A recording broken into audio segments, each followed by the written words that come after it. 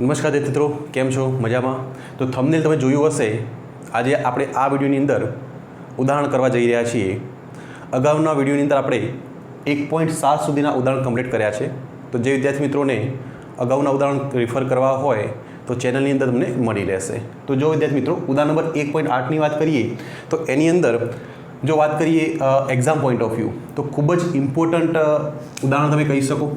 બરાબર, નીટની અંદર આની ઉપર એક એમસી પણ વિદ્યાર્થી મિત્રો આવેલો છે. તો જોઈએ બેટા શોધવાનું શું છે આપણે.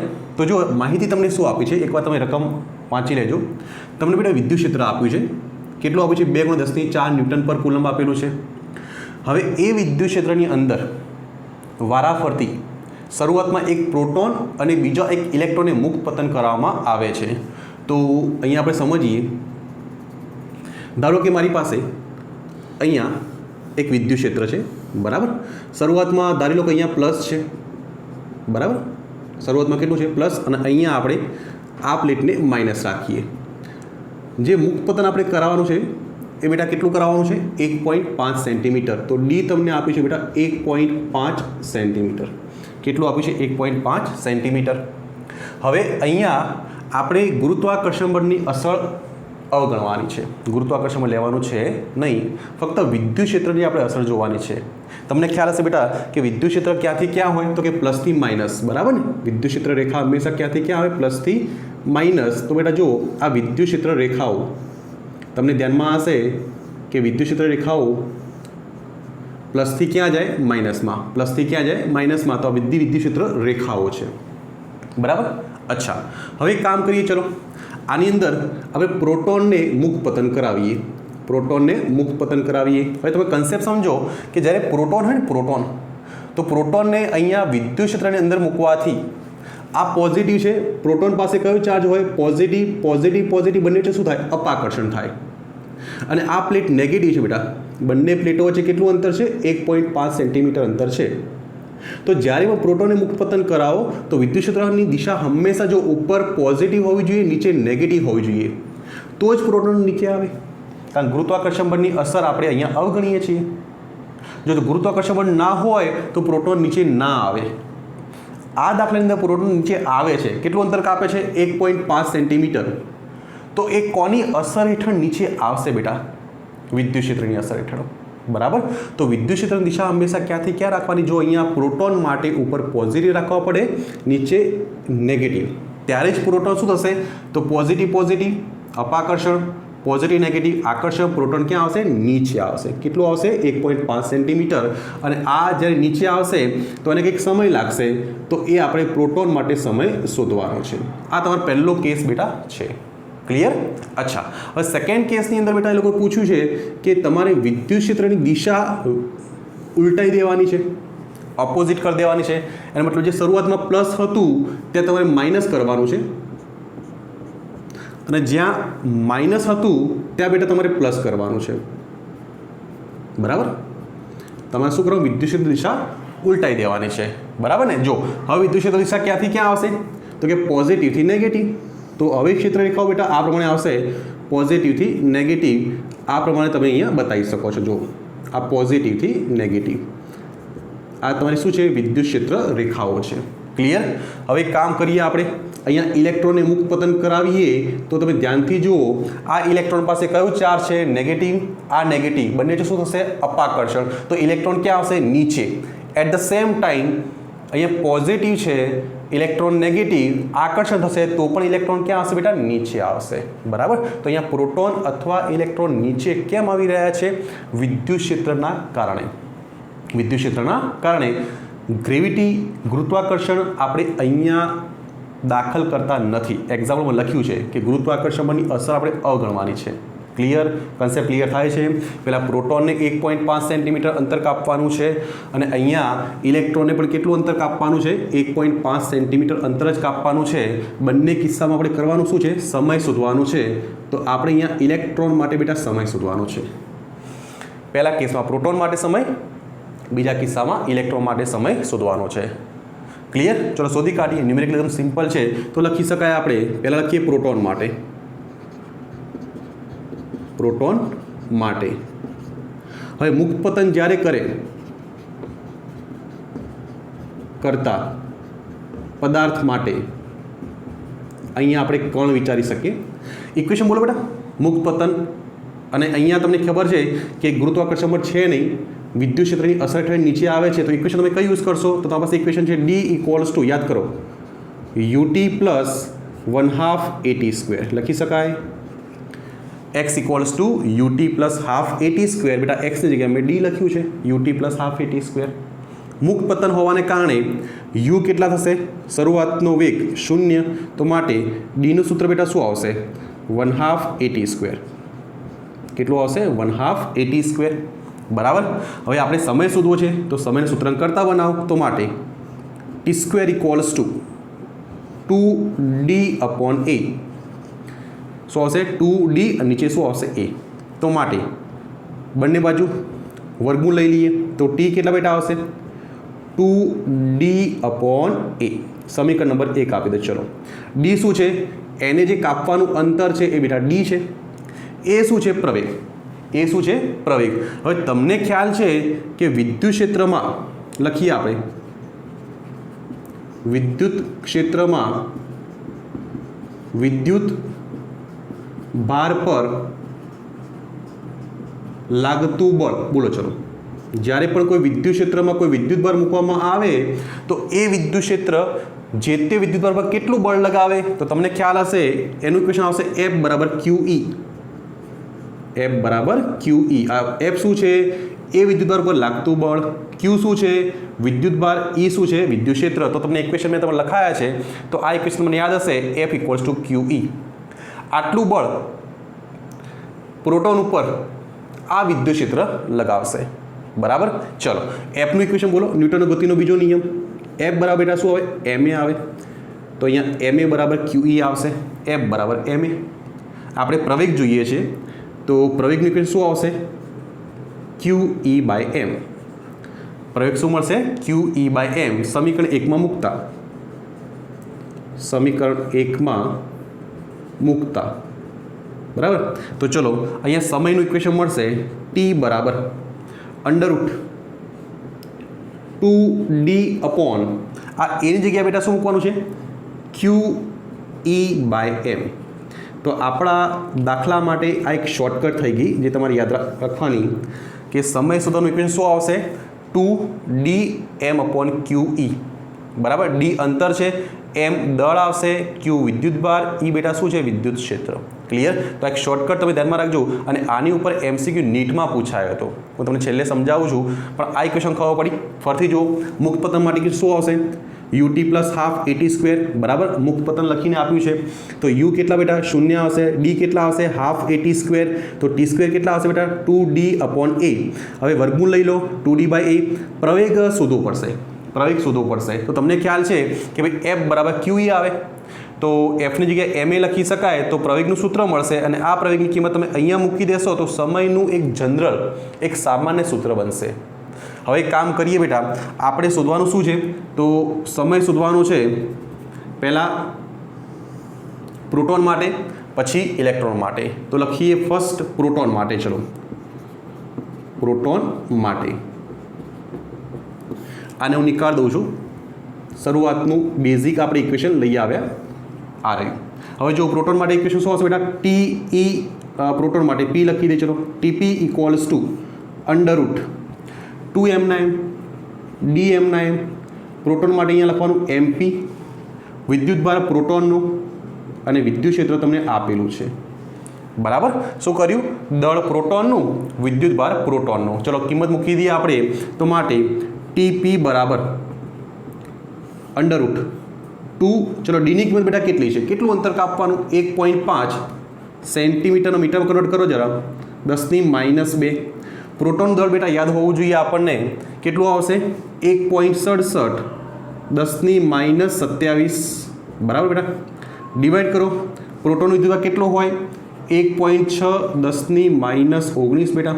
અને વિદ્યુત ક્ષેત્ર તમને આપ્યું જ જો કેટલું? 2×10⁴. તો લખી દઈએ આપણે 2×10⁴ વિદ્યુત ક્ષેત્ર તમને આપ્યું છે. કેલ્ક્યુલેશન બેટા કરજો તમે.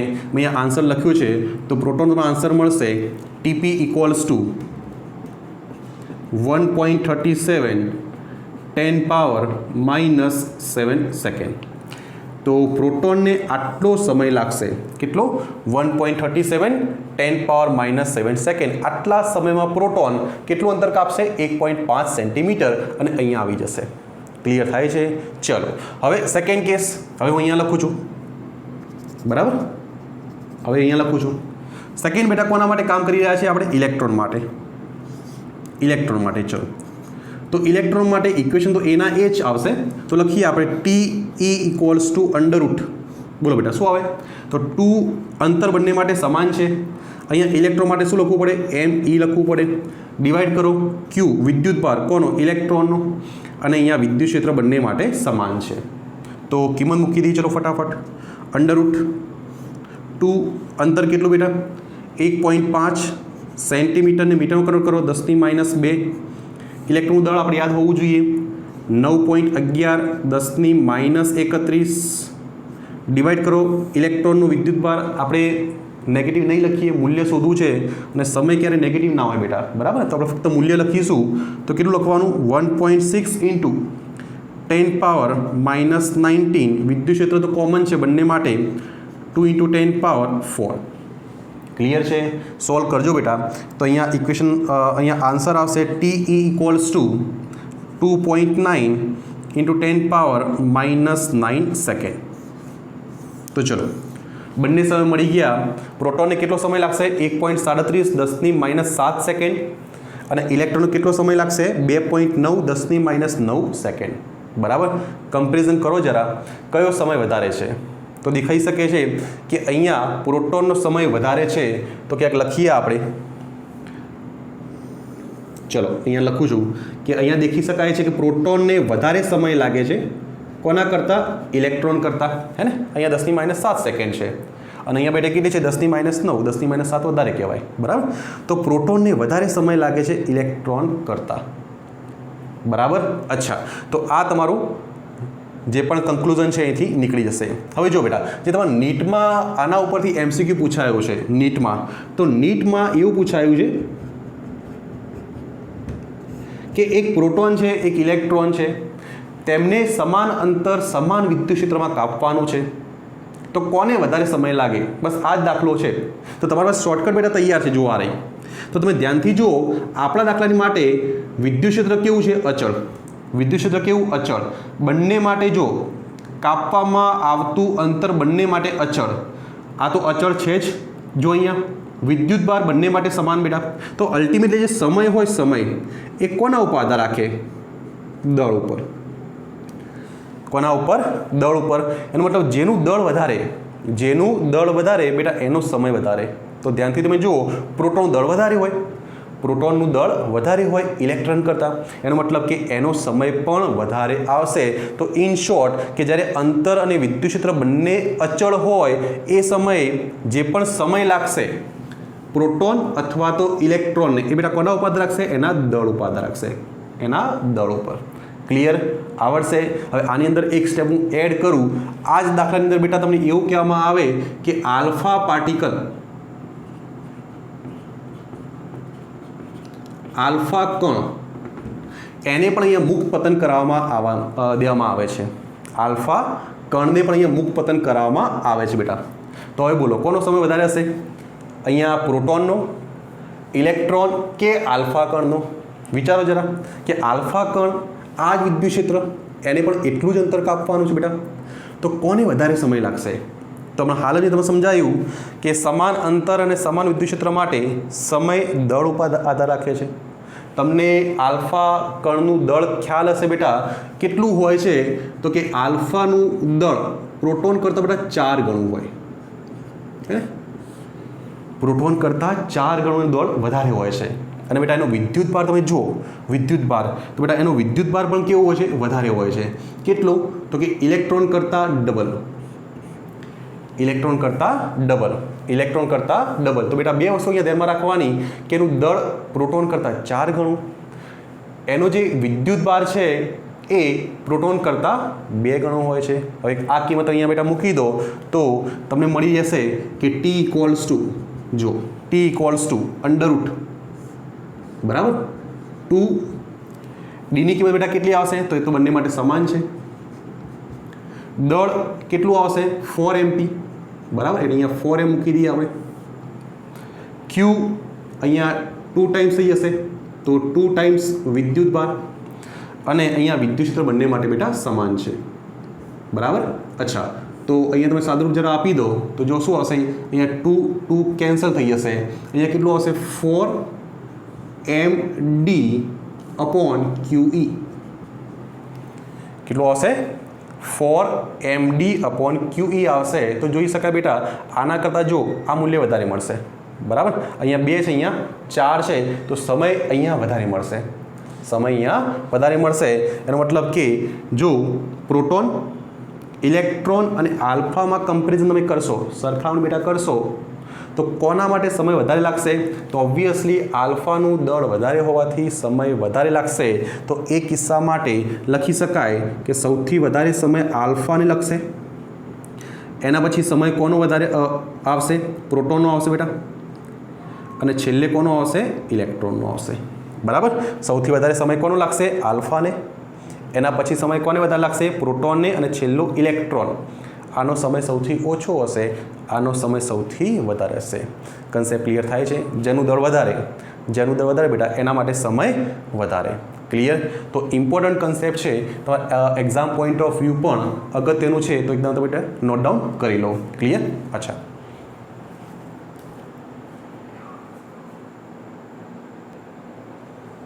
ઓકે. તો આમાં ખ્યાલ તમને આવી ગયો ફર્સ્ટ પાર્ટની અંદર બેટા કે સમય કોના ઉપર આધાર રાખશે? લખી શકાય ટી ચલે છે √m, જેનું દળ વધારે એને વધારે સમય લાગશે. તો ફર્સ્ટ પાર્ટ આપણે કમ્પ્લીટ કર્યો.